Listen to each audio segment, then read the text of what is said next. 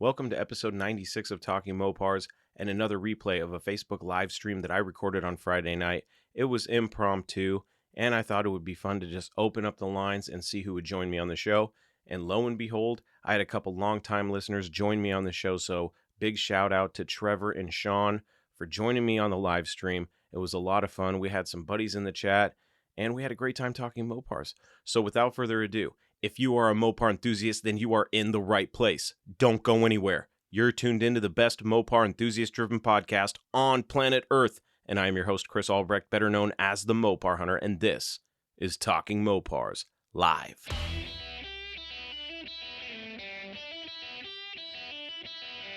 You're listening to Talking Mopars with the Mopar Hunter, your direct connection to all things Mopar.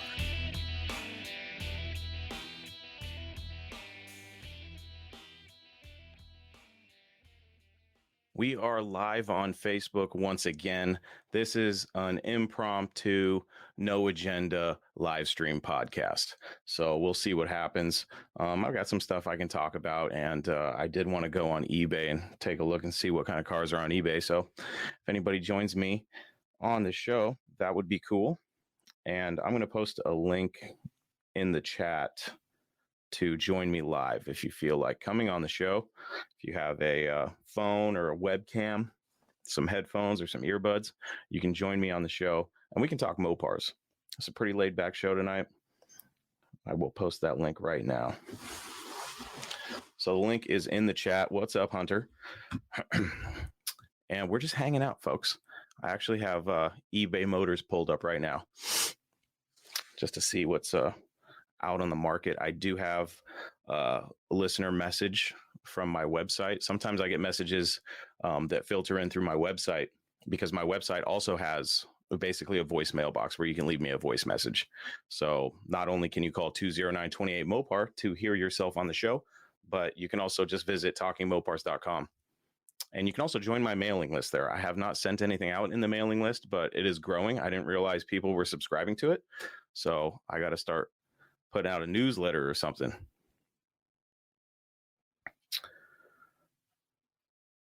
What's up, Trevor? Hola, Adam. What's up, buddy? Just hanging out. It's 8:58. I was planning on going live at 9, so we're just going to hang out for a few minutes, let everybody join up if they want to hang out and see what we got going on. Like I said, anybody that wants to join the show, the link is the first post. Pretty simple. Click on the link and you can join me in the green room, and then I'll bring you on screen. And if your connection's junk, it's junk. My connection's junk all the time. So we'll see what happens. But Friday night, hopefully you don't work tomorrow. I know I don't. I'm very excited about that. I'm bringing up eBay Motors right now.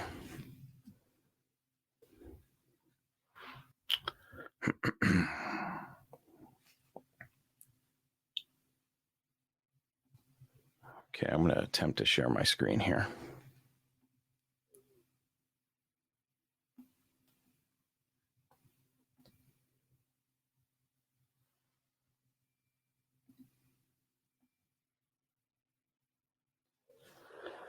All right.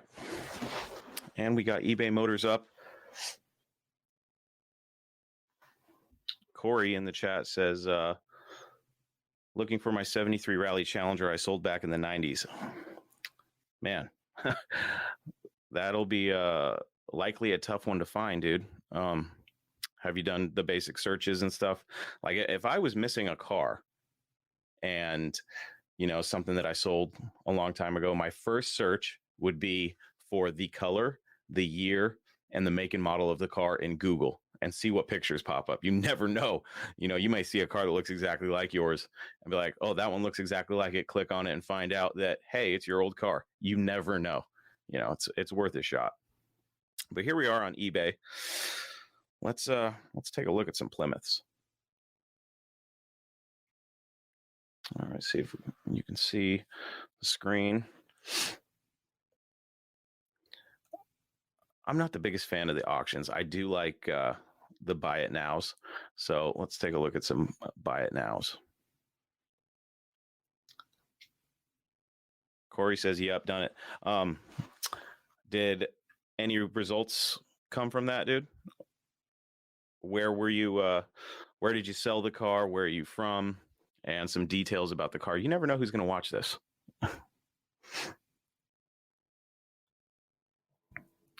Let's see what we got. $159,000 or best offer for a 70 Barracuda. This better be a Hemi. Oh yeah, look at that. 1970 Hemi Cuda, real deal California car, build sheet, mint, body, trades considered. Wow. Let's take a look at that. Dude, I love that sign in the background. I want that sign. Oh, that would be awesome. The car is awesome too.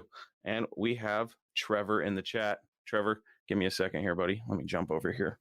Get you on.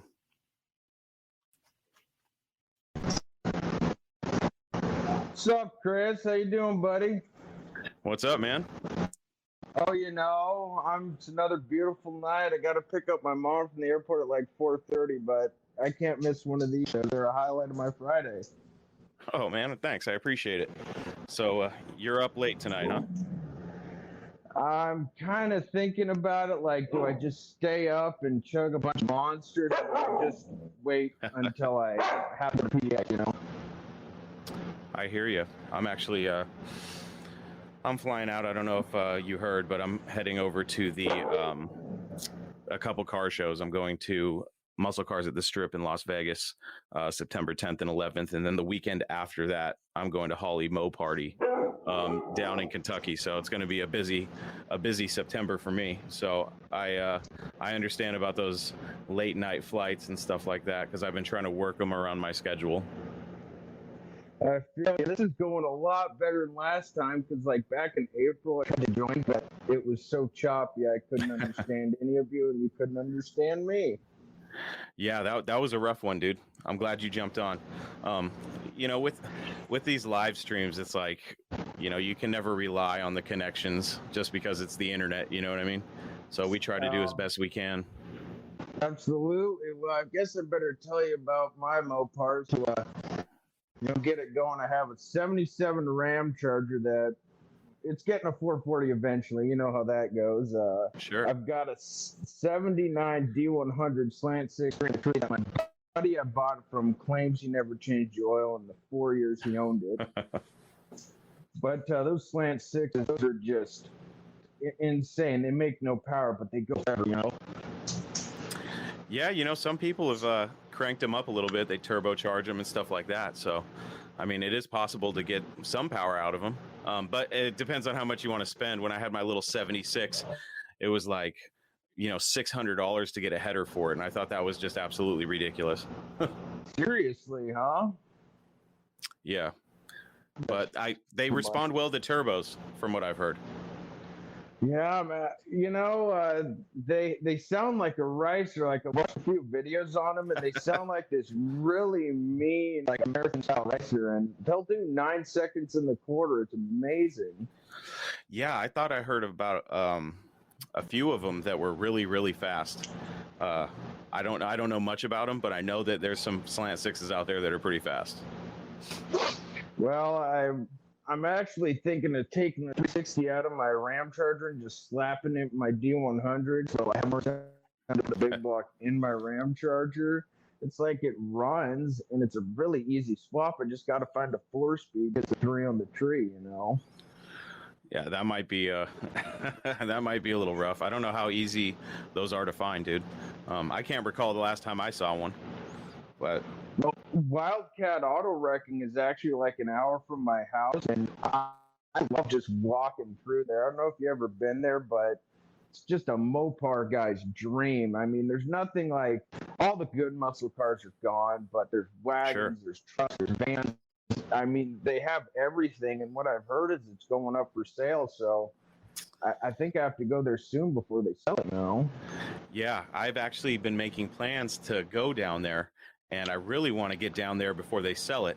When I found out it was for sale, I was like, oh, God, and then I found out how much they wanted for it. Because, of course, me being a dreamer, I was like, gosh, could I afford to buy the place?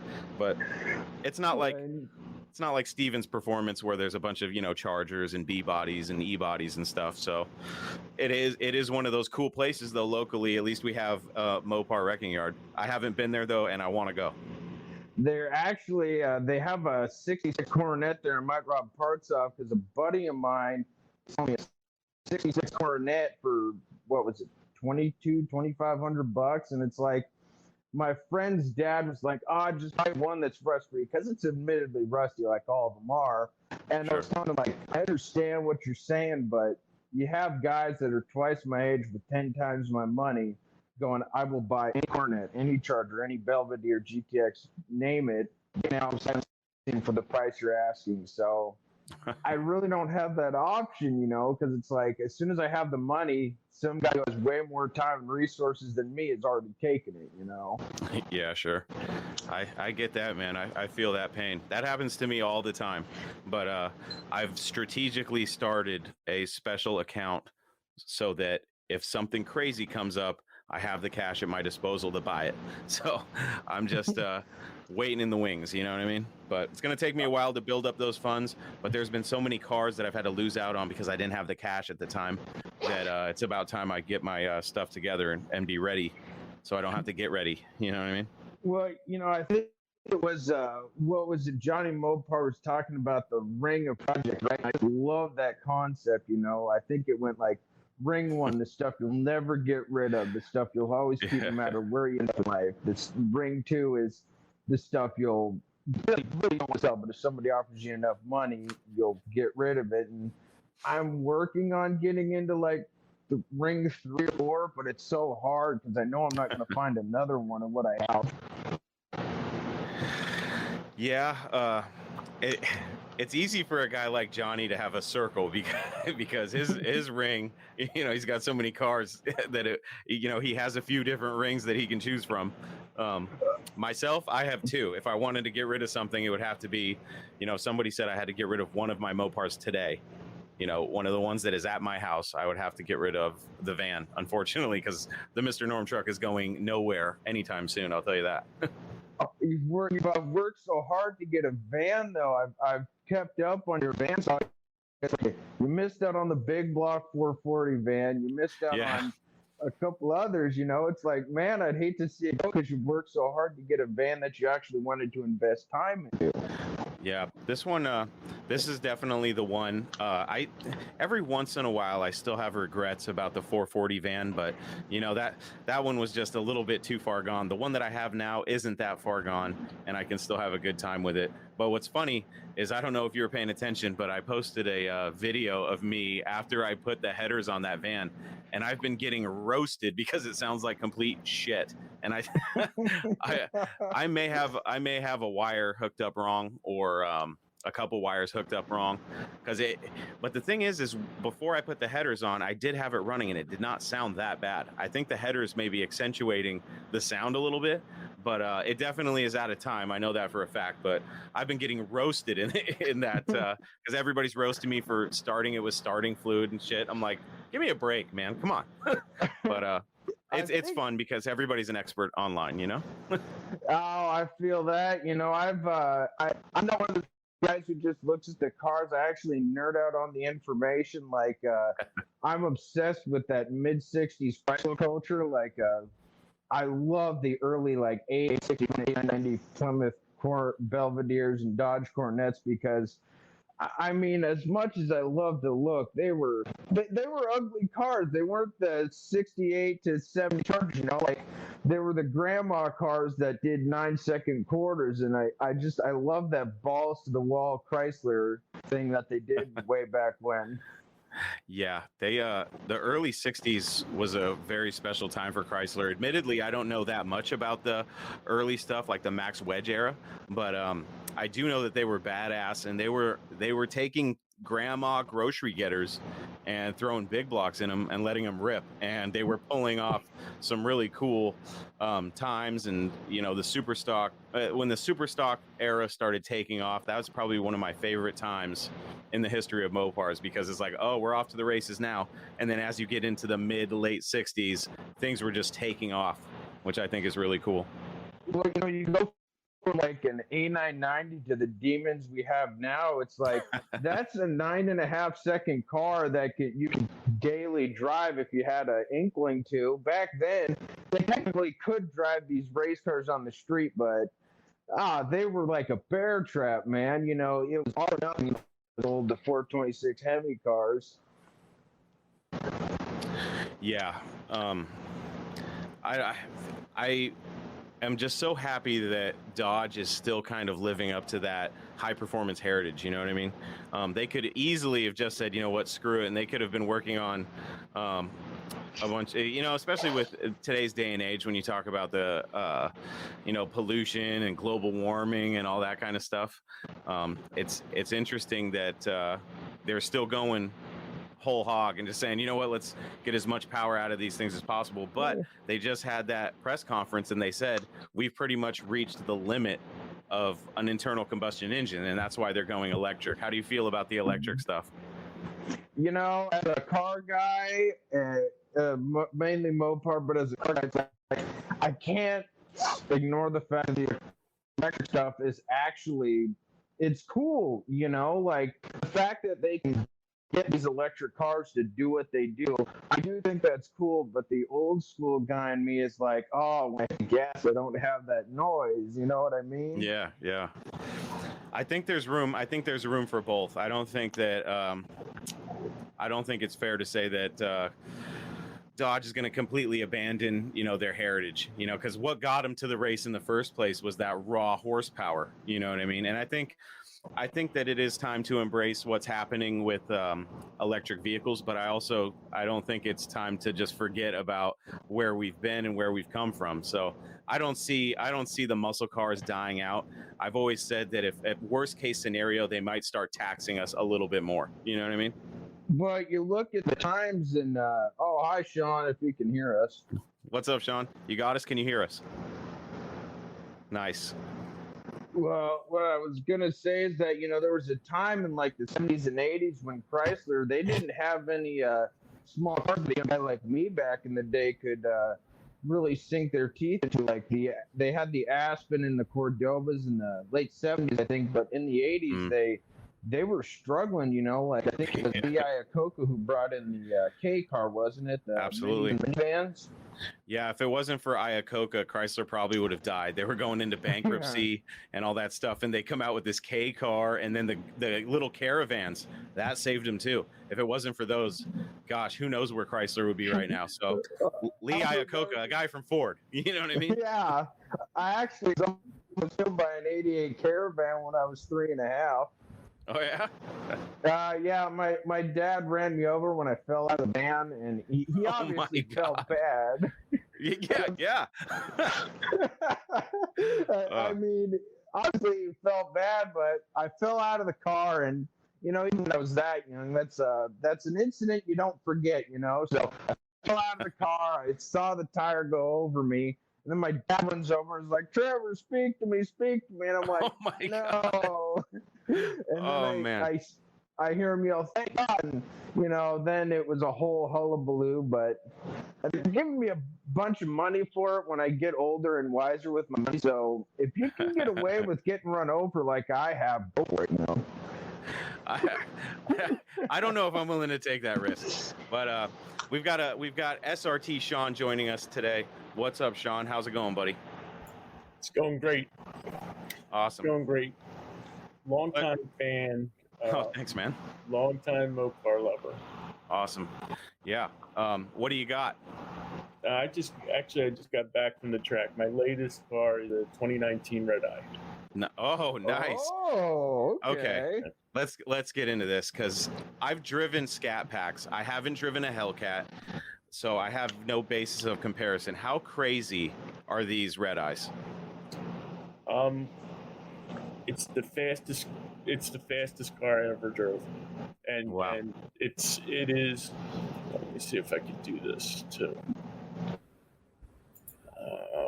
It's gonna let me do this. Trevor, do me a favor.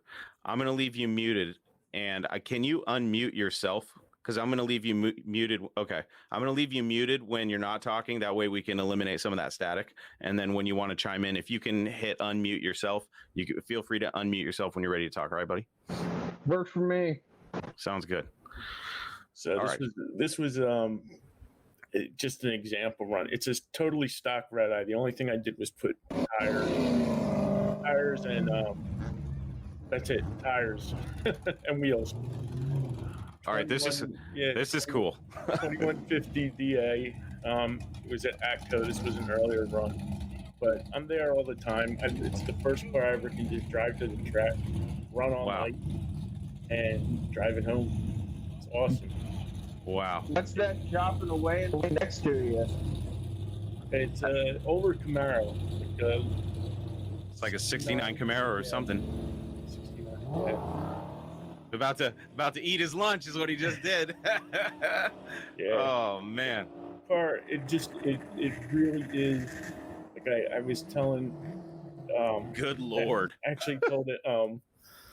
Grandpop and his son. His son, he said, my grandson loves your car, and I said, yeah, I love it too. I said it's my first car payment I ever had.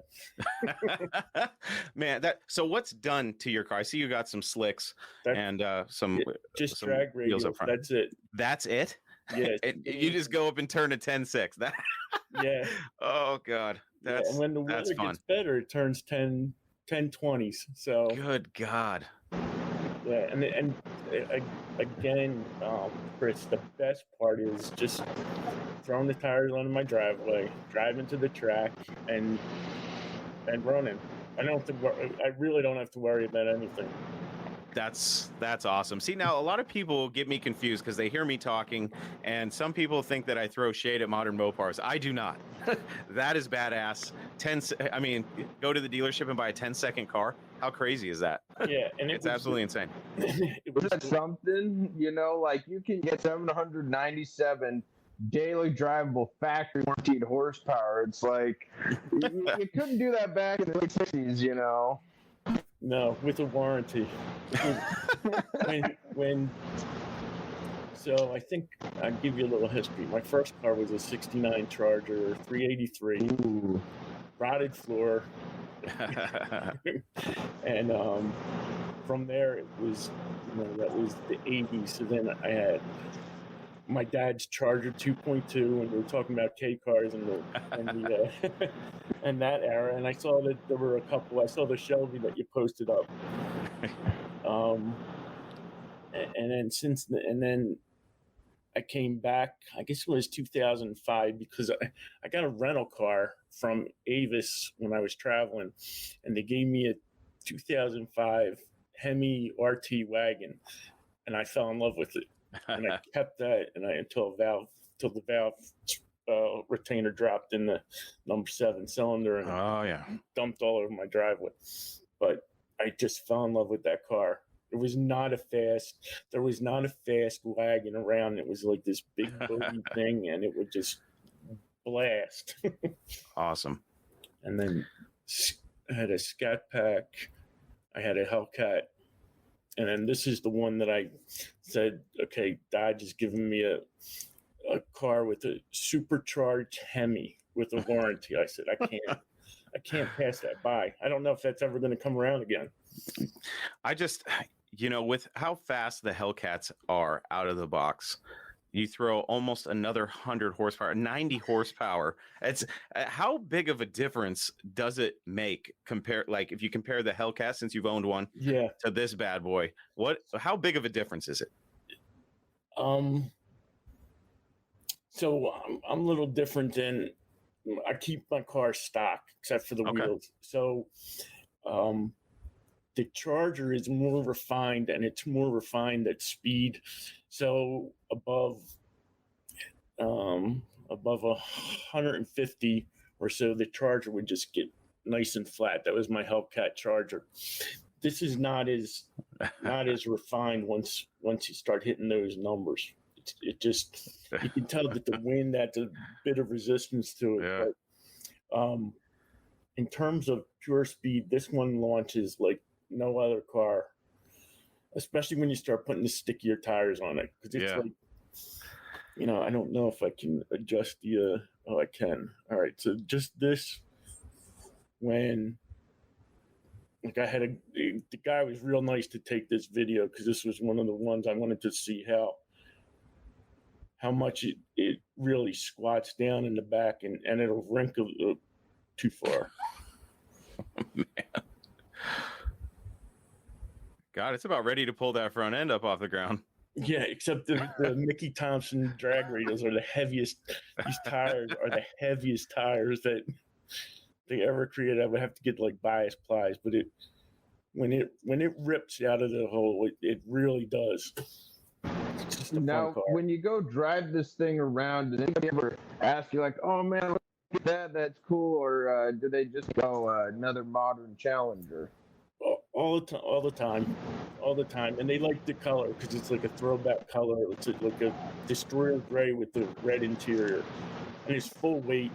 Like I think with me, and it's close to 4,600 pounds. So Wow. It's just amazing. It blows my mind how fast these cars are. And it's all like from what I've seen, they're super easy to launch. I don't know exactly how they do it, but I imagine this has full launch control and everything that the Demon had, or yeah, it has launch control. It doesn't have a trans brake, so launch control is a little it's a little tough to get used to. Though I've been practicing, I cut a 003 light. Jesus. And like a 149 60 foot. So it was trucking along, but wow. Yeah, the trans brake is just the two paddles and you'll hold them back and then just let one go and the other one go and then you take off. This you have to activate the launch control. Okay. Put your foot on the brake, stomp on the gas. So you're holding it there, and then once it leaves, I can't leave above 1,700 because we'll break the tire loose because it's putting like 8 pounds of boost already into it, and I haven't figured out how to do it yet. Yeah, that's just it's crazy how fast those things are. It's ridiculous. Yeah. Let's get through a couple of these. Let's get through a couple of these chats here. I've never realized that guests can share videos. This is going to change the whole game. I didn't know it either. I just saw it down there and I saw it. Yeah, I'm that's gonna have to set my computer cool. up now so I can share some of my Raptor videos. Yeah, there you go. Yeah, I love your truck too. When I saw you buy it, I'm like, oh my god. They had a big Mr. Norm's tribute at Carlisle this year, and just some of the cars they had there. Yeah, I'll try to post up some pictures to your site.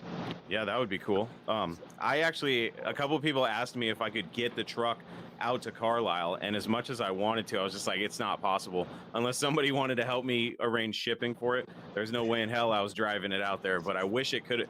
If there was an event for it to go to, that would have been the one. You know what I mean? Yeah. You should get a 3-wheeler stick in the back of that thing. Have some people call around to events.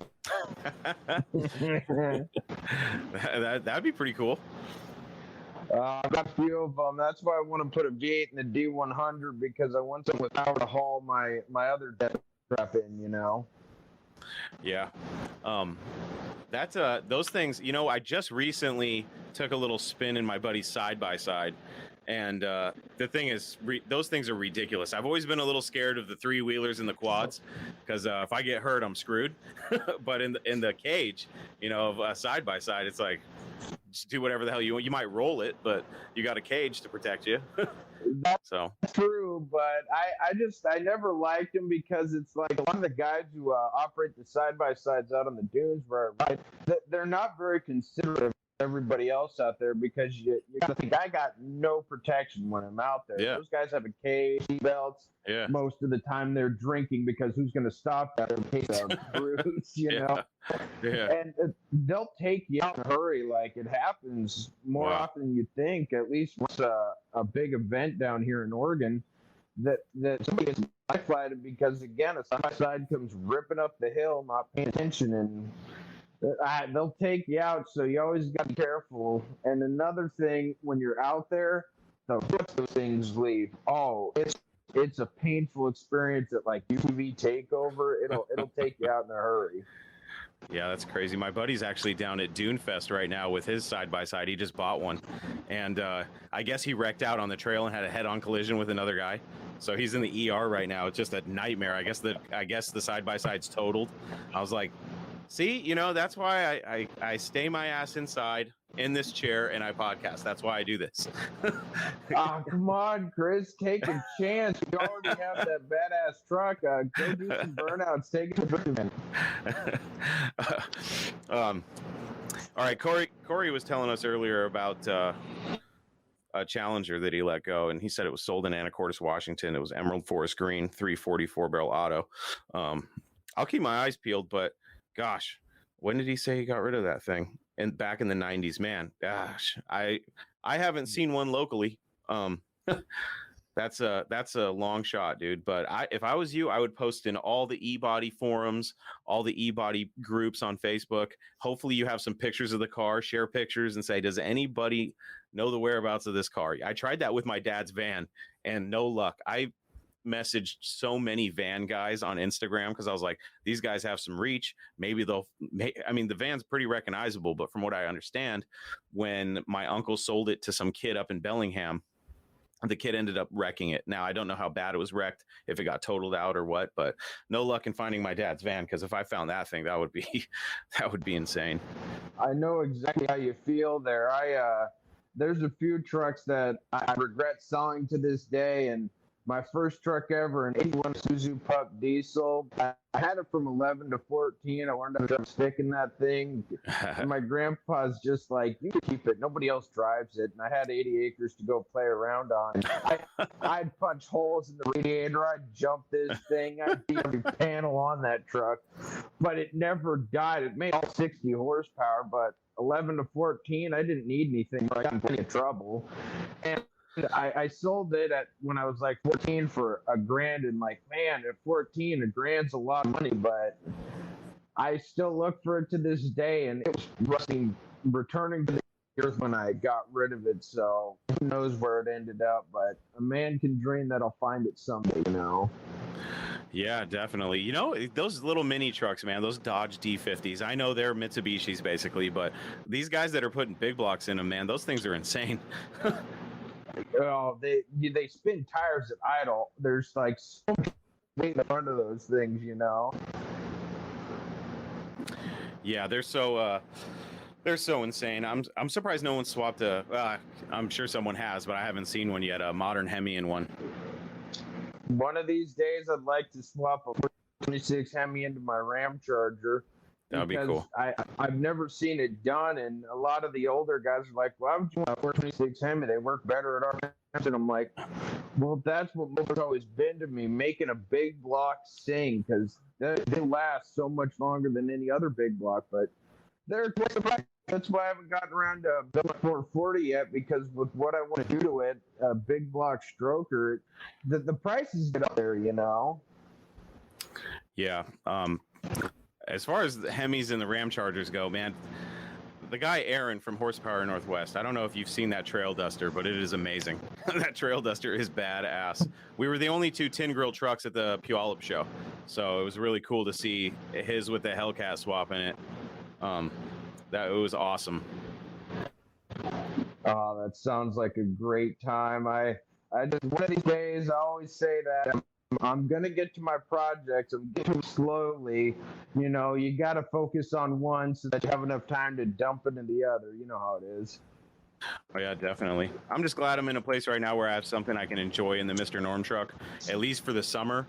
And then once winter time comes, that's when I can really get after it. And I have the 5.7 Hemi, so it's not going to be anything crazy for now. But as long as I have all the swap components and I have the modern Hemi inside the truck, then if a Hellcat came along or a 6.4, the swap would be easy. Yank out, put in, you know? So that's what I'm looking forward to. We'll see what happens. Well, did you hear about what David Freiberg's doing with General Mayhem? He took the Hellcat out of General Mayhem and put a 440 stroker in it. And the 440 stroker is really cool, but how many people beside him are crazy enough to take the Hellcat out of the Charger and 440, you know? Yeah, that's crazy. But that just shows you, Freiberger, how old school he is. You know what I mean? That's Yeah, a gremlin. That thing's insane. I can't wait. I can't wait to see what it can do. And Johnny Mopar, if I'm not mistaken, is going to be down there for the races down there for the zip tie drags or the duct tape drags, whatever it is, I forget. But zip tie drags. He's heading down there with hopefully his dad's '68 Charger, so that'll be fun. I don't know. This guy said check out this teaser for this new movie Warren Fast is doing. I don't know who Warren Fast is. Maybe I'm out of the loop. I'm trying to figure out what he's talking about. I'll look into that later. So, Chris, let me throw a question at you. Yeah, go for it, buddy. So, what do you think if you were like the best buy for a classic Mopar? So, the ones I've seen seem like mid-60s Polaris are still real low priced, and they were outfitted with all the, because I'm on the site right now looking at one. And like they seem to be the ones that still are, I guess, undiscovered gems because they're not, they're still mid-20s with big blocks. You know, what's interesting about those cars is that I see so many of them that are still low mileage because they didn't get beat on, in the 70s and 60s and the 80s. They were, they were the redheaded stepchildren that, Uncle Larry had, in the driveway with 60,000 original miles. Yeah. So, and you just don't see them very often. I've always said, like, I posted a video yesterday of the Chrysler 300 in the guy's driveway, and it's not my style, but I totally would be on board for people going out and getting those, non-muscle car Mopars, because like you're saying, they got big blocks in them. I see more big block non-muscle cars than small blocks. It's kind of funny. I'm like, wow, that's a low mileage Polara. Or I saw a Chrysler New Yorker four-door that I was like, that is pretty cool. I don't know. It's I like the idea of a sleeper. That's something that I'm still interested in. Well, those were the grandpa cars, that you either get the regular size, go to the land yacht, and I've looked at a few of them. I looked at an old Dodge Polara when I was 16 because why wouldn't I, It was really comfy and it was huge, but it was a riot to drive, and it was just this older guy who's like, yeah, I don't drive that much. I had like 80-something thousand original miles, and it was a one-way. It would light that tire up with that 383 for like $10 man. Yeah, and the thing. Go ahead. Go for it. I was going to say, the thing that I really like about them is that not only are they still somewhat plentiful, they're still reasonably priced. And the thing about it, a lot of people, including myself, would say, well, it's got to be hard to find parts for them. You know what I mean? But what I realize is that it may be hard. Like, there may not be a lot of aftermarket support, but there has to be, like, if you got a Polara or whatever, there's going to be another low mileage one down the line where if you needed parts, you may have to sacrifice one. Or, I've seen some really nice cars where they advertise them as parts cars because the drivetrain's still good. So like, hey, one side of this thing's wrecked, but the engine and the transmission good, and the doors on this side are good. So it's like, with those types of cars, I would never steer somebody away from them. I would just say, hey, just know that there's not a big aftermarket support for them, but you have to be really resourceful, when it comes down to finding parts and stuff like that. But, you ask around enough places and somebody knows where one of those parts cars is, or a place like Wildcat Auto Wrecking who has all those types of cars. You know what I mean? Well, I think it's worth bringing up, as far as the big three go, GM, Ford, and Chrysler. Chrysler was always the smallest of the big three. Like, the point of reference I use is at the height of the popularity, 69, they made 9,000 cars, and that's not a small number. But the Mustang in its first year sold 400,000, and they still were struggling to get out the door. So it's like, again, the ones that everybody wants, you just don't see as many of them because, they wreck so many of them, Yeah. Is that a direction that you're thinking about going, Sean? Are you trying to get back into the old school stuff? Yeah. Oh, all the time. Yeah. You know, I'm always looking. Just don't have enough space. No, I get it, man. Trust me, I get it. That's the nice thing about having a modern muscle car. I'm sure I've mentioned it before, but it's like you got something that you can drive and that's reliable with a warranty, and you can still have a blast at the track, and then you can have a project. You know, if you've got the room and space. I don't know. There's just so many options still. I think a lot of people are just still hung up. And don't get me wrong, I'd love to have a Charger or a Cuda or a Challenger or something. But it's like, gosh, you know, as far as cost effectiveness, yeah. I like your style, Sean. I'm going to go get a red eye. You know what I mean? Have that warranty, and I'm going to go find something fun to tinker around with. You know what I mean? I like that. Yeah, it's a blast. That's I have a you're talking about a Hemi swap. I have a first gen Durango RT. It's a 2000. Cool. 5.9.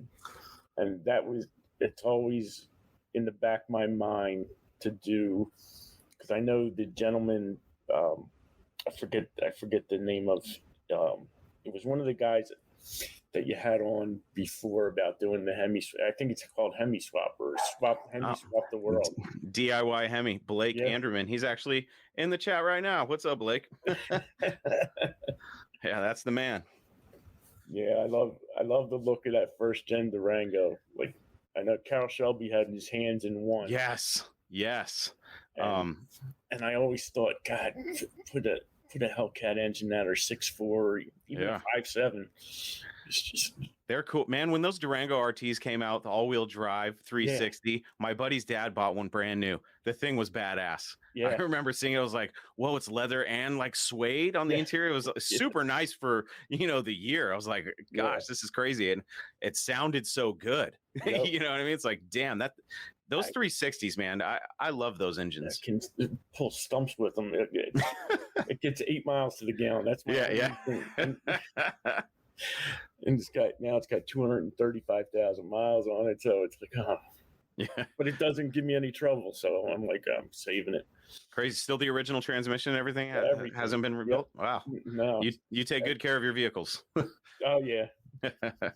Yeah. Although I can't, I live in the Northeast, so it's got rust. Oh sure. Yeah. What do you do for, say, your red eye? Aside from, I'm assuming it's in a garage. What else do you? Oh, it's not. No. So what do you guys do in the Northeast? Because that's always been like a big thing with me. I'm like, gosh, what do they do to prevent the rust aside from keeping it clean and washing underneath the thing? That's what I do, and that's what I've had to do, or that's what I've learned to do, because obviously some of the cars I forgot to do it on. And sure. Have you seen those attachments that they have for pressure washers that are like, they're long and they have the little nozzles? You hook it up to your pressure washer and it's got wheels. I got one of those. I was like, God, this would be perfect for an area with a lot of salt so you can keep it clean underneath there. Gosh, that's about all you can do, huh? Yeah, that's it. And I don't drive it because you can tell when they coat the roads, it's just this coating of like white across it. I'm like, okay, I'm not driving it. Yeah. So now I gotta know, is that the under pressure washer Chinese knockoff like the soldering things you got, or does it actually work?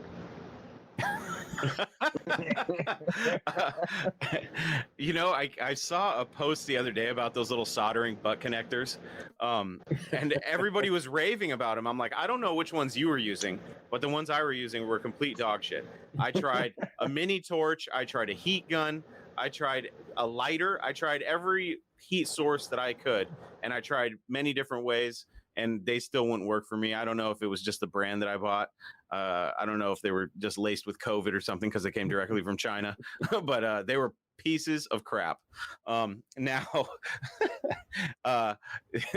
the attachment I got for my pressure washer does not say made in China, but it also doesn't say made in the United States. So we're going to go ahead and assume, I bought it off Facebook Marketplace, one of the sellers on there, and they had an American name, but we all know how that goes.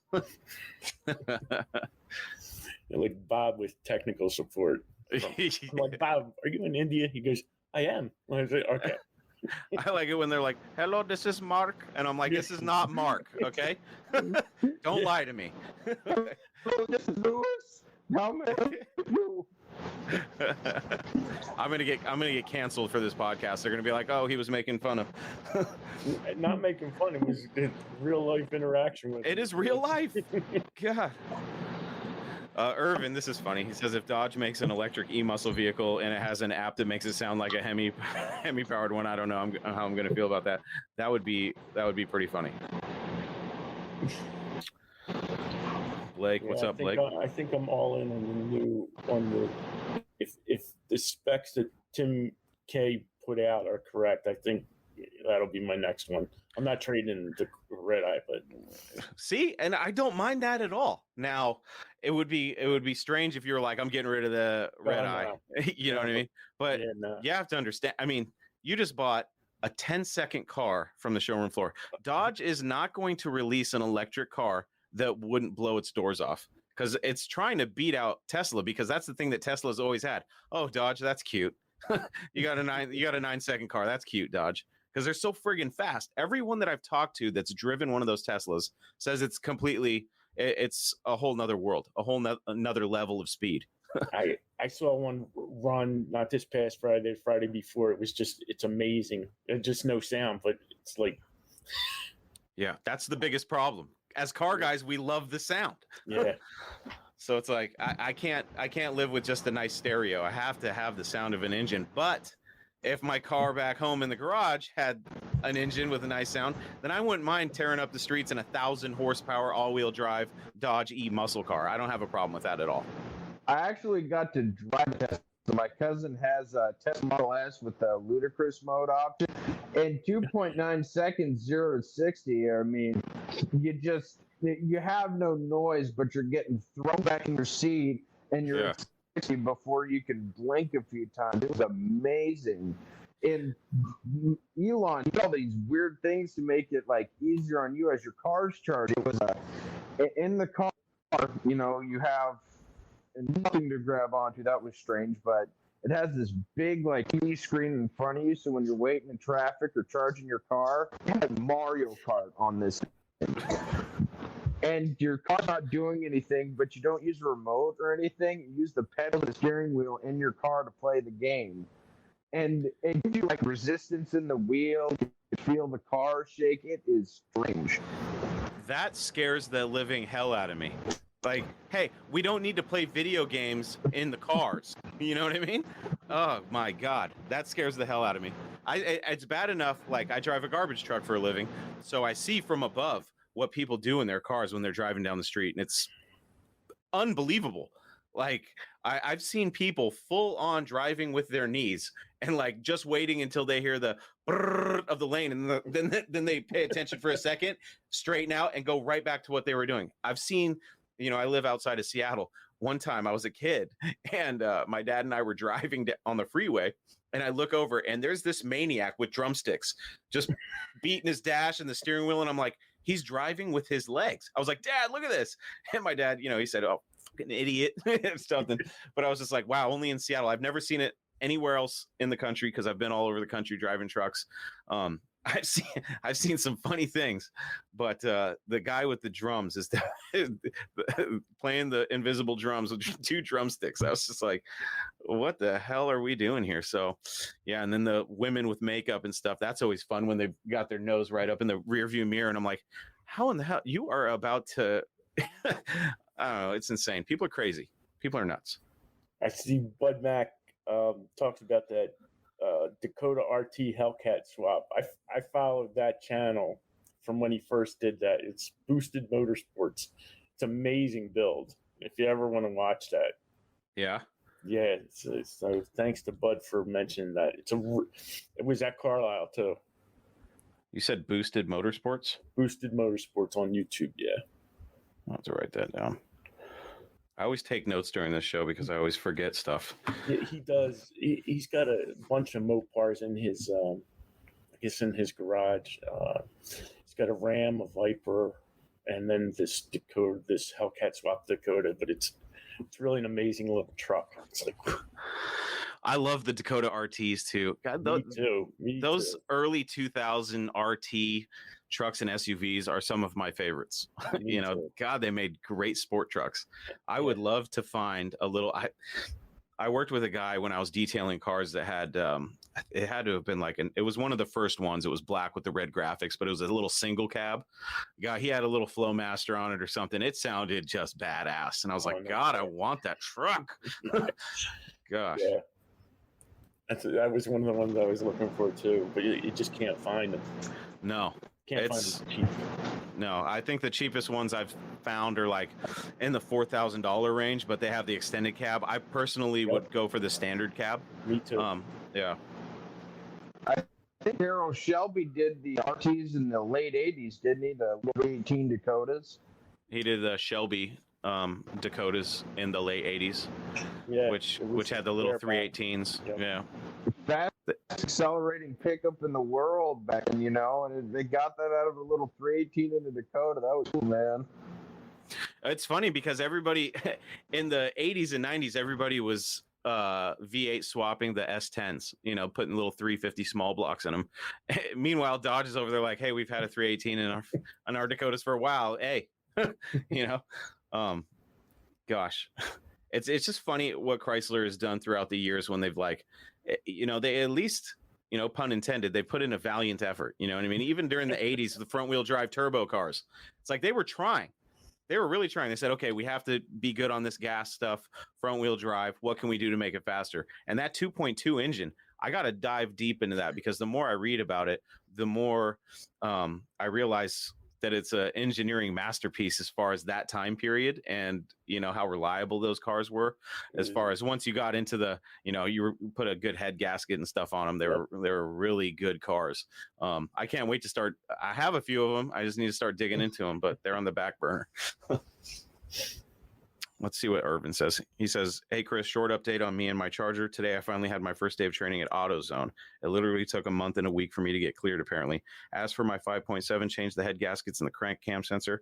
Everything was good. Then shortly after, rod knock. Yup, spun another bearing. I'm this close to calling it quits and getting a Challenger. Hey, dude, do it. I'll be your bad influence. Do it. I don't know. After Sean shared that video, I'm like, what can I sell around here aside from Mr. Norm and my van? Like, I'm about to have a yard sale. I tell you what, there was a post a while back of a guy who put a carbureted 318 in an 06 Charger, so you could just do that. I've thought about it many times, and I think that the best thing for me to do, because I really want a modern Mopar, but I'm just not in the position financially right now, especially when my wife and I are trying to get out of this house and get into a place with a shop so I have some actual room. So my compromise is going, okay, well, I'm just going to have as much fun with the Mr. Norm truck as I can, throw a Hemi in it, and just see where it goes, you know? I can throw some tips at you if you were looking. You know about the there's a Jeep Conservation Club. If you belong to, you can get new Dodges at called the preferred pricing. So it's Really? like, yeah, it's comes out to be 1% under the factory invoice, and they have to show you the invoice when you go to the dealership, and then you also get the rebates on top of that if there are any. So like when I bought, I'll tell you, when I bought this car, they were doing the power dollars, so that was $8,000 off as a rebate, and I had the Jeep Conservation Club that I belong to. So right off the bat, I think we started at. So the sticker was 82, the invoice was 76, and then 1% below is 75, then $8,000 off of that, and then I went to the same dealer that I bought my Hellcat from, so they gave me, you know, ungodly amount. They gave me almost $60,000 for my 16 Hellcat. Oh my God! So I had to just finance what was left on part of it, and it's like I have my payments around $500 a month on this for. Oh my God! So I'm so jealous right now. It was just all luck because that power dollar bonus I don't think is going to come back again. I don't know. And, Yeah. that was the $10 per horsepower on that. I saw that advertised, and I was like, I was looking, and at the time I had a pocket full of cash, and I was trying to get a Scat Pack, but it was like right during the I'm sorry, Chris. Treadlightly.org is the name of that Jeep conservation. And when you sign up, it's $100 donation, but it puts you in the Chrysler or the FCA Employee Advantage or the FCA Friends and Family Advantage program. Interesting. Yeah, I gotta. Man, there's gosh. It works on Scat Packs on all the cars. Yeah, because they were offering crazy Chrysler financing at the time. The problem was the chip shortage was really starting to affect the market. Yep. And like 60 grand for your 2016 Hellcat. That's how many miles? How many miles are on it? Probably 16 or 17,000. Okay. Yeah, but they had all the records. They had done all the oil changes, the diff changes, and stuff. So they knew the car. Yeah. And every time I brought it in, they would say, "Well, when they get ready to get rid of it." And then when they named the number, I said, "Okay." Yeah. Yeah, that's insane. Yeah, crazy. Oh, it is the duct tape drags. I was wrong. So it's not the zip ties; it's the duct tape drags. I've only heard the name of them 500 times, and I still can't remember. Blake, what's up, buddy? But always wanted an early Durango RT. I had a 99 Dakota RT and would love to have another. Yeah, they're awesome, dude. I gotta look for the. I've heard that somebody put a modern Hemi in a Dakota RT. I didn't realize it was a Hellcat. That's pretty cool. I'll have to check that out. Build is well done too. I mean, he really. Yeah, that's good. Pretty detailed guy. Is it one of those builds where you pop the hood and you're like, okay, that could have been factory. You could have, it looks like it was meant to be there. I took the interior out of a Charger and put it into the RT. It looks good. Really? I mean, obviously there's always little parts, but the way you'll have to look at the video and then maybe comment on it. Interesting. Yeah, here's some fun news. I don't know how well known this is, but I recently talked to a company who I'm trying to get on the show, who is working right now on research and development for a rear-wheel drive conversion kit for the 80s front-wheel drive Mopars, like a Daytona. And cool. They're working on the Hemi swap because a guy who had a Hemi swap Daytona, I reached out to him and I said, hey, man, I can't find a direct connection conversion kit anywhere, and I'm sure if I did, it would be ridiculously expensive.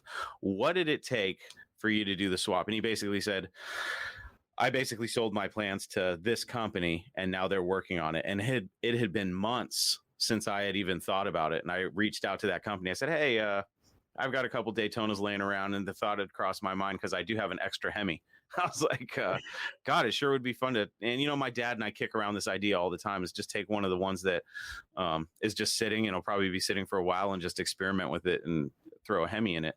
And I reached out to the company, and I wasn't expecting, because I said, I don't know how much of this I'm actually supposed to know. So I won't, I'll try to, not give away my source, but I heard through the grapevine that you guys may be working on this. And they're like, oh yeah, we're working on it. It's going to be affordable. And I'm like, well, define affordable. But it's a company that I've been looking at parts for a lot of my cars and stuff. So I hope to get them on the show because it's going to be a really fun conversation. But when they told me that they were working on something like that, I was excited because that's going to change the game for everybody with little Daytonas that have blown 4 cylinders. And, because parts for those are getting so hard to find, it's like, well, there's going to be a lot of Hemis, hitting those wrecking yards. So, is anything affordable when it comes to Mopar, though? Yeah, that's relative. It's definitely relative. It's like you got to pay to play. So, if you can afford a Mopar, then you can definitely afford this $6,000 conversion kit that we have. Blake says that the guy with the Hellcat swap Dakota had a hidden camera in the engine bay at Carlisle. That must have been fun. He says he had to watch the video to make sure he didn't say anything out of character. If I was there and this is what you would have gotten me on video, I would have been like, holy damn, it's a Hellcat. That's why I can never be on TV. They wouldn't let me. The truck was really well done, though. That's good to hear. Yeah, definitely to catch people's reaction, I bet.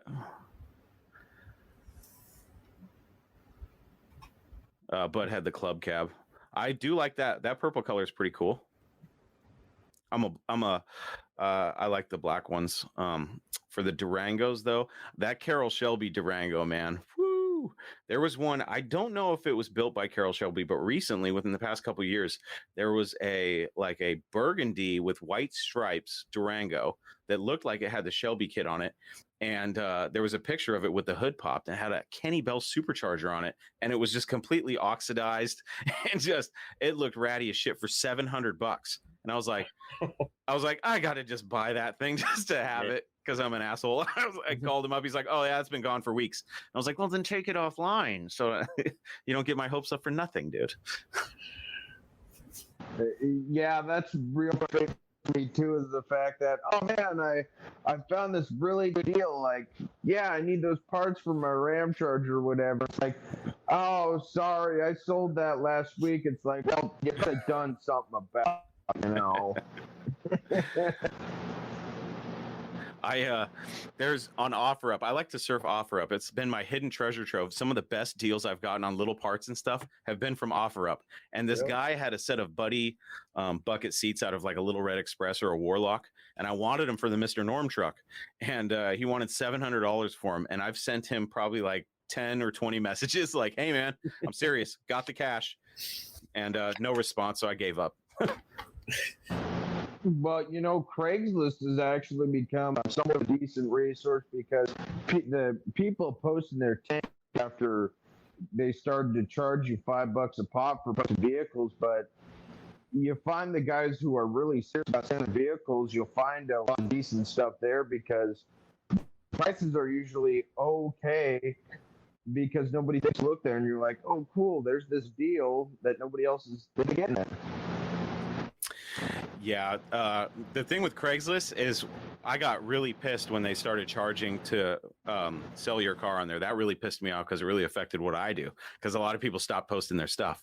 So when I sold my Dart, I obviously put it in the parts section because it's like I was selling it with a bunch of parts too. So it was like parts car, you know, and they didn't flag me or anything. So that's how I got away with that. I'd probably get rid of my Facebook in a marketplace for free. I got to be honest, as much as I have a love-hate relationship with Facebook because now they have me fully monetized now. Now I wanted to start building a YouTube channel, but now the amount of money I'm seeing from Facebook is making it really hard to leave. Like they would have to kick me off the platform now for me to leave.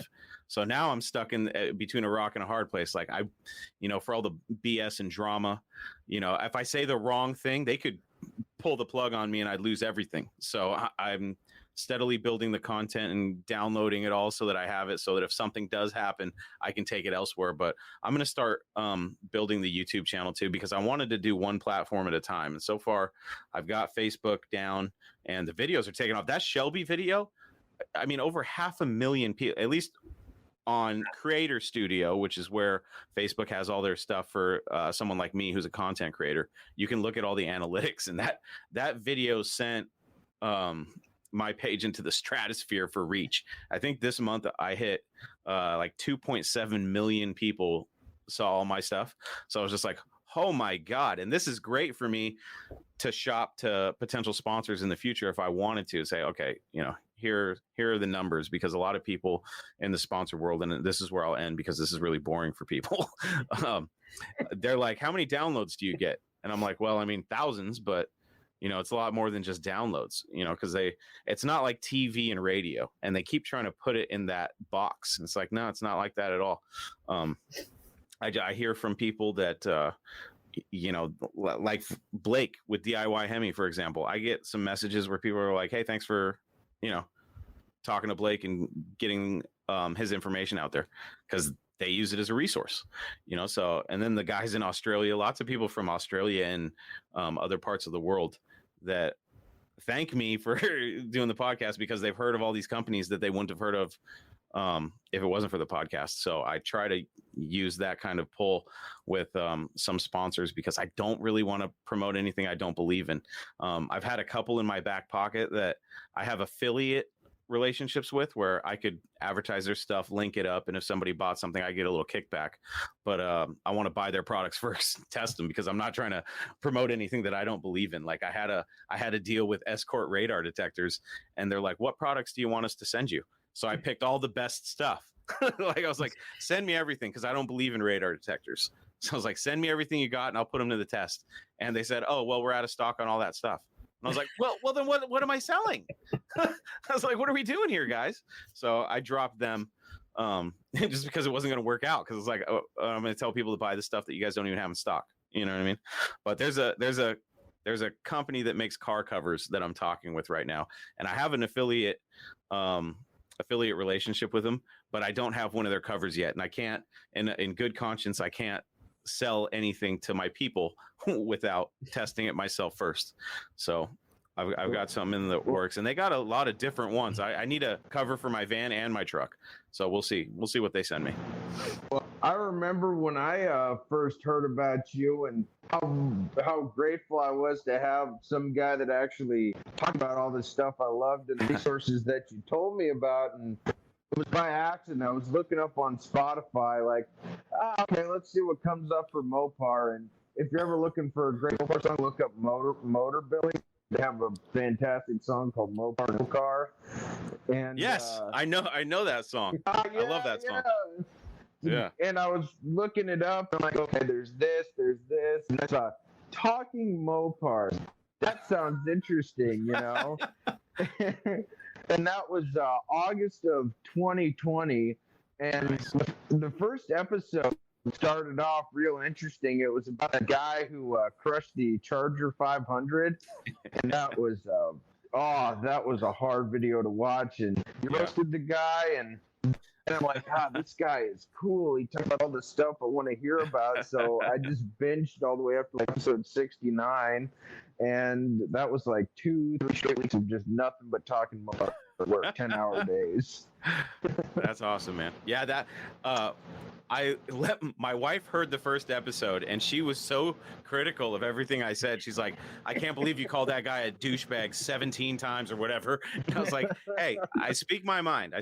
She's like, you know, that's on your first episode. So if like a potential sponsor listens to it, they're going to hear me talking shit about Kevin Hart and what an idiot he is for suing that company. They're going to hear me calling that guy a douchebag. But it is all rooted in my enthusiasm for Mopars. You know what I mean? So it is what it is. I put myself out there, and lately, since I've been doing these videos, man, I usually have a pretty thick skin, but and I literally have no time to go through all these comments and stuff, but every once in a while, one will slip through, and I'll see what these people are saying, like, "Oh, you should be shot for if you're on my lawn, you'd be." I'm like, okay, but some of these guys are just, you know, they're going pretty hard in the paint on me, and I'm like, man, if you guys talk to me, and the funny thing is like, you can comment on any of my posts. This podcast right now, if they showed up here to talk shit to me, you think I would not let them on? Of course I'd let them on. I'd be like, all right, game on. Let's do this. But this is the internet, and nobody does that. So yeah, it's unfortunate, because I think that would be great. It would be a great show. Yeah, tell me how much you hate me. Well, I'm really thankful that I actually get the chance to talk to you personally, because when podcasts get so big, you know, how it's almost impossible to talk to the creators. Like, there was a time when Joe Rogan was doing a podcast on his couch, and he'd talk to anybody. The man is so gigantic in the podcast industry. How's a guy like me gonna talk to him unless I go straight to the studio? So I'm very thankful I get to talk to you just face like this, in a sense, you know. You know, I've thought about it, and I've daydreamed a couple times, thinking that, you know, what happens if I get an opportunity to take this thing to the next level? You know what I mean? And the thing, and it's why I always say it at the beginning of every show, I call it a Mopar enthusiast driven podcast, because if it wasn't for enthusiasts like us, there would be no point in having this podcast, because I've said it before, I'd be talking to myself. You know what I mean? So this show, I will always have a channel like this where people can get access to it. Now, there may come a time, and, you know, it would be a good problem to have, where I can only have a certain amount of people on here. So it might get so backed up that I can't even have everybody on that wants to come on. So it's like, it would be a situation where I post ahead of time, hey, you want to be in the stream, you better be there at 9 o'clock on the dot to get in. You know what I mean? Because it's the first 10 people, first come, first serve, you know, unless I have something pre-planned. But I love conversations like this because it gives me a chance to talk to other Mopar enthusiasts all over the country, all over the world that I wouldn't normally get a chance to talk to. So I gotta be honest, I would love to see one of these times, if it gets big enough, 20 screens all along the stream and see who gets a word in edgewise, you know. Well, I'm going to get ready to go, but I wanted to say that was the whole reason. As soon as I was scanning the podcast for my, you know, long rides and all, and I saw Talking Mopars, I'm like, oh my God, I felt the heavens go, oh no, you know, yes, somebody. Wow. Because there's nothing out there. You know, there's a couple of the V8 ones, but it wasn't this, and I was like, oh God, this is great. So I did exactly, and thank you both for saying what you said. That really motivates me. But I was just like you guys, dude. I was looking. I was like, there's got to be something. I found Uncle Tony's podcast, and I've told the story before where I had already bought the domain. I already bought talkingmopars.com. I had this plan, and then I found Uncle Tony on a podcast, and I was like, oh shit, if there was a guy that I probably wouldn't want to go, because he was really steamrolling everything right then, and I was listening to it, and I was like, well, let's see what it's all about. And sure as shit, he was talking nothing but Mopars, and I was like, well, there goes that idea, because I'll probably have a small following of people that are like, oh, we'll just wait for the next Uncle Tony episode, we'll listen to this guy. But then he says on his podcast, keep in mind, I already bought the Talking Mopars. He goes, I'm going to start a podcast with David Ray called Talking Mopar. And I was like, son of a bitch. I was like, mother. And then all of a sudden the podcast stopped. And I was like, what is happening here? And I reached out to Tony. I swung for the fence and I said, hey, man, I'm wondering if you're ever going to get to the point where you do that podcast with Dave. Because if not, I'm wondering if you would let me, give me your blessing, and I'll take the name and I'll build a podcast off of it. Because that was my plan until I realized that you had that plan already. Because then I was like, well, if I got talkingmopars.com, maybe he wants to buy it from me. I know that Uncle Tony was making some money. So, but yeah, that's how he gave me his blessing, and it's been this ever since. And I've been at car shows. Not the last car show I went to, but a couple before that. I'm doing videos on the modern Mopars and stuff, and I walk past this Challenger, and the guy just sitting in his car. He goes, "Am I going to be on the podcast?" And I was like, "Whoa!" I was like, "That was crazy." Yeah. Stuff like that it makes me happy. I love hearing that people found the podcast not even through my Facebook page or anything like that. Nope. They were just looking. That's awesome. Yeah, it's the same. It's like one of the searches I do, like Apple Books, I type in Mopars or Hemi, and I can't get anything. So it's like there's definitely a market out there. But I'm going to say goodnight, all right? And I appreciate all right, Sean, talking to you guys. It was great. All right? Definitely, buddy. I'll see you next time, and I'll leave a couple comments on your Facebook page. All right, brother. Hey, thanks for joining us. To you, Sean. Yeah. All right, great talking to you. Yep. Too, We'll Trevor. see you next time. All right. Take care. All right, brother. Bye. Bye-bye. And then there were two. Yeah. I just get so excited to talk about this kind of thing, and I hope I haven't been talking over you guys. It's so exciting to talk to other fellow Mopar enthusiasts, because I'm like one of the only people in the area. Like, I'm surrounded by Ford and Chevy people. I've had to cultivate friendships through the internet, because all of my really close personal friends, none of them are a Mopar enthusiast like I am. So once the internet came around and I realized, I could potentially meet some people that like Mopars as much as I do, game on. And I've met a lot of cool people all over the country, locally and all over the country, that are just awesome people, and I'm glad to call them friends now. So, well, I was really excited to find out you were based on the coast in the bordering state to me, because I live in Oregon. Yeah. And I was just thinking, man, I wish you lived closer, because we probably would have been friends a long time ago. If I just saw you cruising around in something old like that, like one of your King Girls or your Dart you had way back when, I'm like, He's only like 3 or 4 hours away. That's not much of a drive. I really wanted to make it to the Woodburn drag strip for the Mopar Nationals this year, but it just wasn't in the cards. Have you ever been to that one? I have. I wanted to go this year, but my phone forgot to remind me because I had so much other stuff going on. And I'm heading to Alaska on Sunday, and it's like all these events I'm gonna miss. But the Mopar drags at Woodburn, it's a party, man. The people It is. In this part of Oregon. A lot of these Mopar guys, none of them are stuck up. They're all excited to talk to you. You talk to them in the pits. You talk to them right before they go and do their burnout. They're like, let me show you what's in my car. Like Yeah. this guy has a perfect Dakota with a 540 wedge in it. And Jesus. this thing pulled like 9.5-second quarters, and it was an extended cab, short bed, but the tires in this thing were massive. The sound coming out of it was beautiful. And the guy's like, a lot of my friends, they ran out of money and started drag racing Chevys because it was cheaper. And he was telling me, I hope it never gets to that point where I'm so cheap or broke that I have to start racing Chevys to go have a good time. That's funny. Yeah. And what did the Portland swap meet happen this year, or is it not happening this year, or what? I don't go to Portland much because it's kind of a hellhole. You said it, not me. Hey, man, you live in Auburn, you said, somewhere around there? I live in Marysville, so about, we'll call it an hour north of Seattle. Oh, you're too close. I am. We definitely get the runoff up here, I'll tell you that.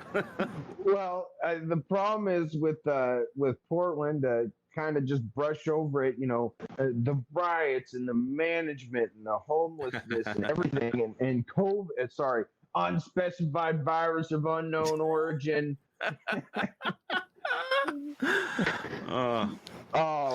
It was bad in Portland. Like, I grow my hair long and I listen to heavy metal music, and all the shows I wanted to go to, they got canceled. Like, Portland, everything was canceled in Portland. It was a real shame, Definitely, 100%. I hope, everybody that I talk to locally, when they find out I'm a swap meet guy and I enjoy going to swap meets, they always tell me, you got to go to Portland. You got to go to Portland. So it's on my bucket list to go check it out, because I've seen pictures and it looks like it's pretty intense. It looks like there's a lot of stuff. Well, I'm a country kid, and if I can avoid going to Portland, I will, because the traffic is just not worth it, And if you can be patient for a whole year, the Woodburn drag swap meet, there is so much there. Like, for that little area they cram it into, some guy literally brings like full cans of tin grills in. There's a bunch of guys selling stroke parts. If you got the money, go there, because you'll find great deals on parts. And again, if you have the patience to wait a year to go to the Woodburn drags, you'll find so much good stuff there. I definitely do, and I was disappointed when I found out that it was the same day as another show that I had already had an obligation for. But the first time I went, it blew me away. It was the first time that my wife had ever been to a drag strip, and we had a great time. And I was in the swap meet looking around, and somebody had the oval air cleaner assembly, the entire thing, and I had the cool Coyote Duster air cleaner lid, and I hesitated. I shouldn't have hesitated. I should have just pulled out the cash then. I've lost deals because of that, because I'm a cheap ass, and I'm like, let me think about it. I'll be back. Somebody else buys it. You know what I mean? So, lesson learned. Exactly. That's how I am with this Coronet. I was kind of looking at and my friend's like, hey, I might be moving to Tennessee in a few years. You want this Coronet? I'm like, yes, I do. And he said, I'm not putting it for sale, because I said I have to work within my means. I can't just go and buy another project, because I have let's see, let's go in order. I have my Ram V10, I have my Ram truck, I have my 200, I have my 2 3-wheelers, I have a Pontiac, I have an Isuzu. I'm about to add a 7th one, and it's like, man, I got to tell myself, once I have my Mopar muscle car, I can stop, because for the longest time I wanted a hard to be able to fix up. You know what I Sure. mean? Absolutely, man. Mopar projects are just, you gotta have, if you're a Mopar enthusiast, you have to have a project of some kind. That's it's like a, Oh, yeah. a prerequisite or something. I don't know. It's crazy. I go in order of the muscle cars, my dream muscle cars that I'm most likely to have. A Plymouth Superbird, let's say top 3. That's my top one, but Yeah, when am I mine ever too. going to be able to get that? Yeah, when am I ever going to be able to get that? Yeah. Then it goes Dodge Super B, because 70 Dodge Super B, because that Okay. front end grill, you love it or hate it, and I Yeah. absolutely love it.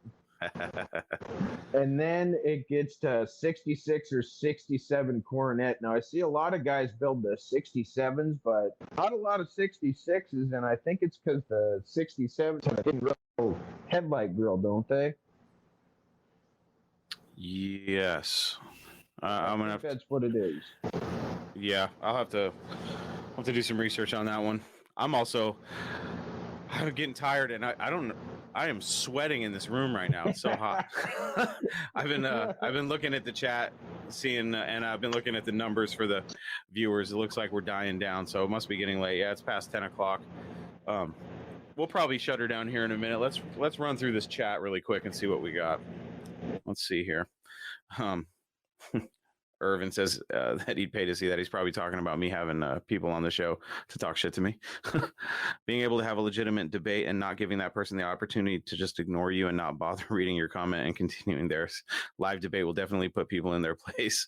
That's if they deserve it. Yeah, but haters should make their point and not speak out of their ass. This is my opinion, by the way. No, I agree 100%. I have no problems talking to people that disagree with what I'm doing. I get it. It's probably, if I had an argument with a guy and I should have just left it alone, but I was, he mentioned if, he gave me some advice. I got a tip for you, don't do that because you're going to get shot. Or if I saw somebody do that, I'd run out of my house swinging a baseball bat. And I was like, okay, dude, whatever. But I was thinking to myself, what would I do if I heard some noise outside or something? I heard somebody talking. I looked out there and there was a guy with a camera filming the Mr. Norm truck. I thought to myself, what would I do? And it was easy. I'd go out there and be like, if you think it looks cool, let me fire this baby up and you get a real video. You know what I mean? But that's how I am. Some people are recluse and they don't want, somebody snooping on their stuff. And I get that. If somebody came out while I was videotaping their stuff, obviously I'm not going to trespass. If somebody came out and screamed at me or something, I'd be like, hey, and I try to talk to him a little bit first. But I would totally understand if they're like, get the out of here. I'd be like, oh, yeah, no problem. See you later. You'll never see me again.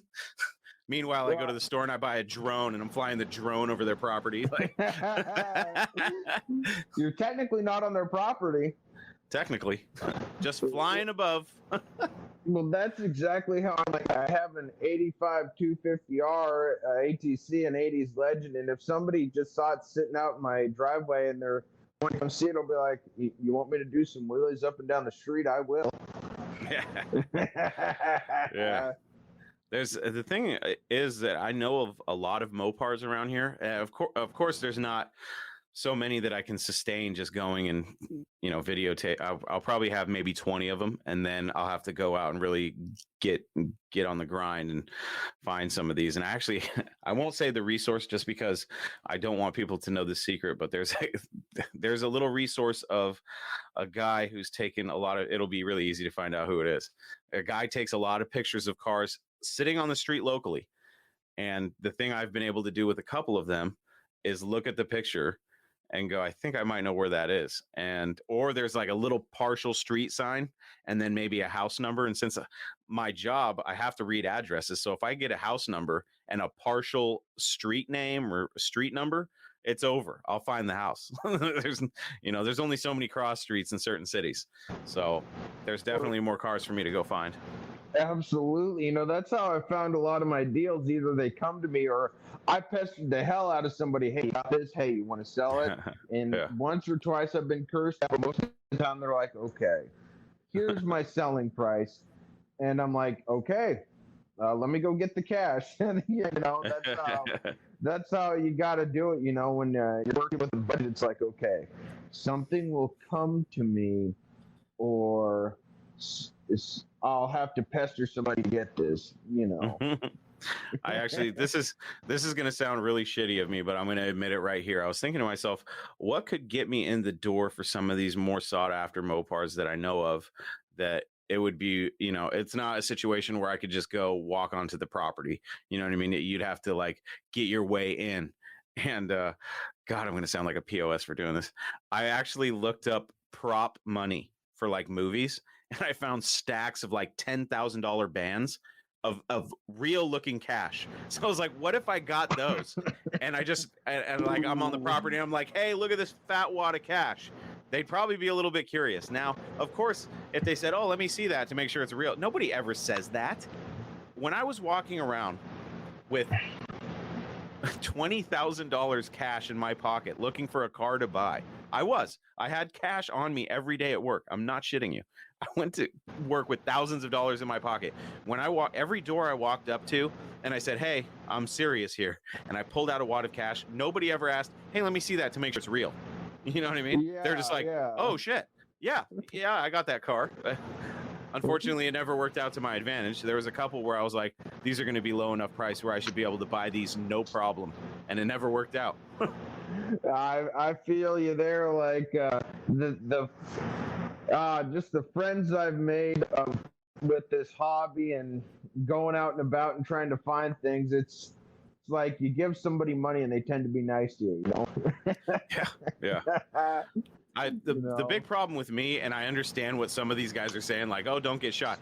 I'm a brown guy with a neck tattoo. Like, I need a big white guy to come with me or something, so that it evens out. It's not as, because I got a nice smile. I'll go up there and be like, hey, how's it going? But that only gets me so far. I tell you what, if you want to add me on Facebook or Instagram or something, if you find yourself in the Willamette Valley, get a hold of me and we'll go to Wildcat. Yeah, definitely. I had a buddy who wanted to go last weekend, and I was like, dude, I'm busy. I got the Good Guys Car Show, and it was a show that I had to go to. I thought he was going to go this weekend, but maybe he actually did go last week, and I just haven't heard about it. But I got to get down to Wildcat, at least before they sell, because there's a lot of video content, and I've talked to them, and I wanted to do a podcast from the yard.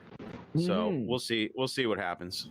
But I've seen bits and pieces on it selling, but I'm not too sure on the situation. Like, is it all the parts going to be privately, or is it going to be somebody who's still going to sell it? Like, I'm not sure. I don't know. I don't remember what the price was, but I think it was in the millions. Yeah. And I think it comes with everything.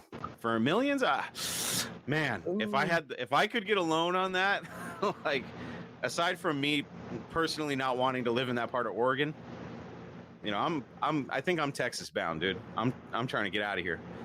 I don't believe it. Oregon's my home, and I'll try and change it, but West Coast leadership is trash. Yeah, I can agree with that. Yeah. You have that one guy. We have Kate Brown, and then there's that guy. Mussolini is what we call him. Yeah. Oh gosh, what part of Oregon are you in? Central? I live in Silverton, Oregon, which is about an hour away from Portland, hour south of Portland. Okay, so you're still on the west side of the state then. I am, and I'm in this perfect area where everything's not too far. Woodburn's like 20 minutes away. Wildcat's like an hour away, and if I ever get an inkling and it doesn't work, I'll head over to Wildcat and pick apart a 66 Coronet for mine, because it's surprisingly good. The front's okay, but the floor's gone. The trunk pan's mostly got holes in the quarters, but that's what to expect from Mopars. They never did rust prevention well. No, definitely not one of their strong suits, that's for sure. Paul knows of a CUDA out there somewhere. I think you were telling me about that CUDA, Paul. Yeah, I'm definitely interested. I definitely need you to come with me. Paul's a clean-cut white guy, and we should be able to knock on a door and not get shot. How has that been put? My buddy calls me the Trailer Park Yeti, and a guy called me the Alabama Redneck Jesus, so you should be all right with me. We need to get you a shirt that says that. Alabama Redneck Jesus, yeah. Yeah, that sounds like a great album. That sounds like a country music star or some shit, or My band name if I ever start. a one, band name. Alabama Redneck. Yes, Yeah, hell yeah. that's a perfect band name. I like it. And you know what? I think we're gonna call it a night, dude. All right. Well, it was wonderful talking to you finally, Chris. Yeah, absolutely, Trevor. It was a pleasure having you on, and the door's always open anytime I do a live. As long as there's a link up, you're more than welcome to jump on anytime, buddy. Well, like I said, if you ever find yourself in this part of the valley, try and get a hold of me, and you can come take a look at my projects, or we could go for a ride in the Ram Charger. Hey, sounds good. Don't threaten me with a good time. You have a good All right, night, brother. bro. You too, man. We'll catch you later, all right? And then there was one, and that is me.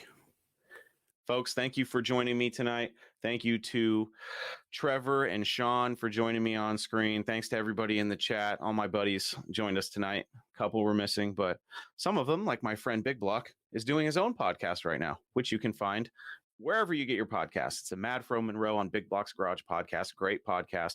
I don't know where Johnny Mopar is. He's probably out buying another $100 charger, something crazy. And I'm sure Blake is all tangled up in wires right now, and he's still able to join us. So it was a great time. I completely forgot we were supposed to look at a CUDA. We were looking at a Hemi CUDA for like 160 grand. I guess we'll have to save that for the next episode or something. And there was a bunch of stuff I was supposed to do. I was supposed to listen to some listener messages and things like that, but we're just going to we're an hour and 30 in, folks. So we're going to go ahead and cut it here. We'll see you next week. We'll try to aim for a Friday release. I've been bouncing between Mondays and Fridays, just looking at, where the numbers are at, where I want them to be. And it varies. Some Fridays are really hot, some are not. And then some Mondays are really hot and some are not. So I'm trying to figure out the perfect release day, but I kind of like having a little bit of leeway too, because sometimes, especially with this stupid day job, it really kills me sometimes. So Friday nights can be hard, but we're coming up on episode 100. Now, here's what I plan for this is my ideal episode 100. I have as many of my friends on the show as possible, and we just talk Mopars. For episode 100, that would be the greatest thing ever. Hopefully people could drop in. Hopefully we get a lot of people in the chat. So I'm going to be promoting episode 100 a lot, even if it's just me here talking your ears off. That's what we're going to do. Up until then, I got to get another high performance heritage episode in there. And I'm trying to get one or two interviews of people that you haven't heard from yet, which should be a lot of fun. So that's what I'm working on. It would really help me out if you guys checked out some of my latest videos and share them, like them, comment on them. That helps me out a tremendous deal. For everything you need to know about this podcast, please visit talkingmopars.com. And if you want to hear your story on this podcast, you can do so by sending me a voicemail to my voicemail box at 209-28-MOPAR, and I'll play your message on the show. You can also email me, chris@talkingmopars.com. You can send me all your questions, comments, complaints, suggestions, and everything else on your Mopar addicted mind. So be sure to do that. And you know what? No Mopar left behind. And hey, don't be scared to knock on doors. Okay. If I can go knock on doors and take video footage of cars, you can too. And I would really like to see some of your finds. A good friend of mine gave me a crazy idea, and I think it might just work. So email me, message me your craziest Mopar finds. You don't have to tell me exactly where they are unless you want to. Of course, it'll be confidential for now. But my buddy gave me a really cool idea, and he knows what that idea is. And I'll see what kind of action we can get on it. So if you know of a crazy Mopar in your area, don't worry, I won't tell the world. But I think it would be fun to like share the finds and stuff and compile a small list. That's all I'll say about that for now. But yeah, no Mopar left behind. Be safe. Drive carefully this weekend, and hopefully you get some time out in your garage. I think with me still waiting on parts for the Mr. Norm truck, I think I'll work on the boogie van a little bit. So I'll get that timing right so you guys can stop hammering me, and hopefully I won't have to start it with starting fluid because you guys have been hammering me on that. God, you guys have been beating me up, but it's fine. It's fine. I'm gonna keep starting that thing with starting fluid until it runs good. And I've got a fun video. So tomorrow's video, I've got a little bit of time in the afternoon because I'm taking my family. We're going to a kangaroo farm tomorrow in Washington. So that should be interesting. Shout out to all my Australian friends. But after that, there's a couple Mopars that I want to go check on. That should be fun for the page. So there will be a live video of that probably sometime in the afternoon, early afternoon or something. So be on the lookout for that. Like I said, for the 900th time tonight, no Mopar left behind. We'll see you next time. Thank you for watching. I am your host, Chris Albrecht, and that was Talking Mopars.